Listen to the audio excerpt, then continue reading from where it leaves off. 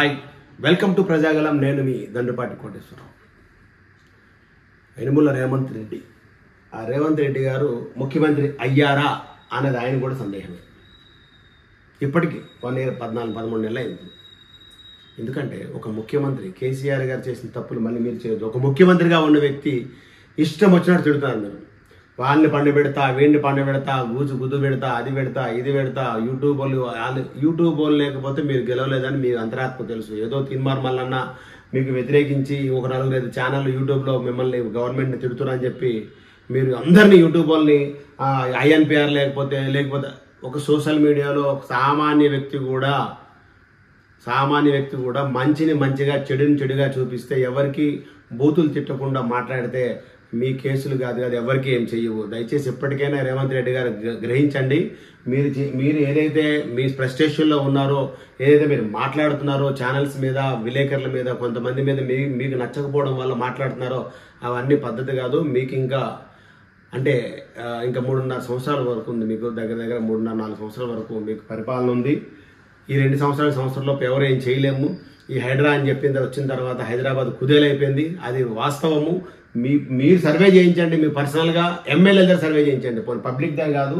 119 ఎమ్మెల్యేలు, అన్ని పార్టీల ఎమ్మెల్యేలు కూడా ఇండైరెక్ట్గా ఎవరైతే వాళ్ళ దగ్గర ఉన్నారో అన్ని ఆడియోలు, రికార్డులు అన్నీ తెప్పించుకోండి. ఈ గవర్నమెంట్ కొరకు కానీ లేకపోతే ఈ ఉన్న తెలంగాణ ప్రభుత్వంలో ఉన్న గవర్నమెంట్తో పాటు ఈరోజు ఒక 10 ఏళ్ళు వెనక్కి వెళ్ళిపోయింది. పరిస్థితి ఏంటనే పరిస్థితి ఎందుకు వచ్చింది, ఏంటి కారణం? మీరు చేసింది తప్పకుండా మంచిదే.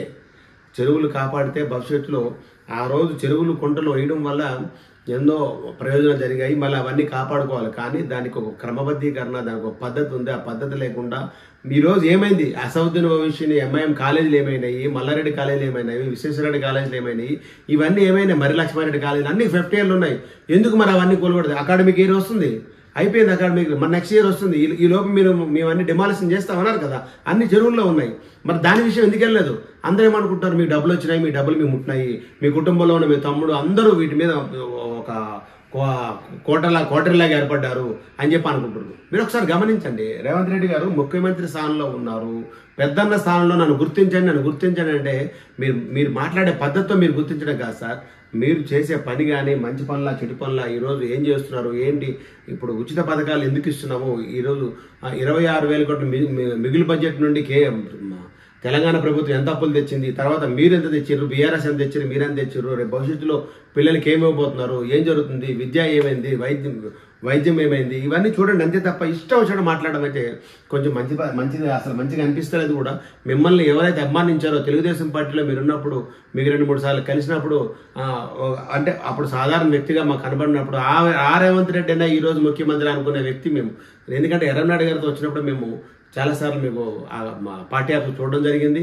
అలాంటిది ఒకసారి మీరు గమనించండి. ఇలాంటివన్నీ చాలా స్పష్టంగా అనర్గళంగా మాట్లాడిన వ్యక్తి అయితే, మీకు సబ్జెక్ట్ ఉన్నా లేకపోతే ఎదుటి వ్యక్తిని మాట్లాడగల వ్యక్తి కాబట్టి దాన్ని బూతులు లేకుండా, ఎదుటి వ్యక్తిని విమర్శించకుండా మీరు చేసే పనిని మాత్రం చెప్పండి.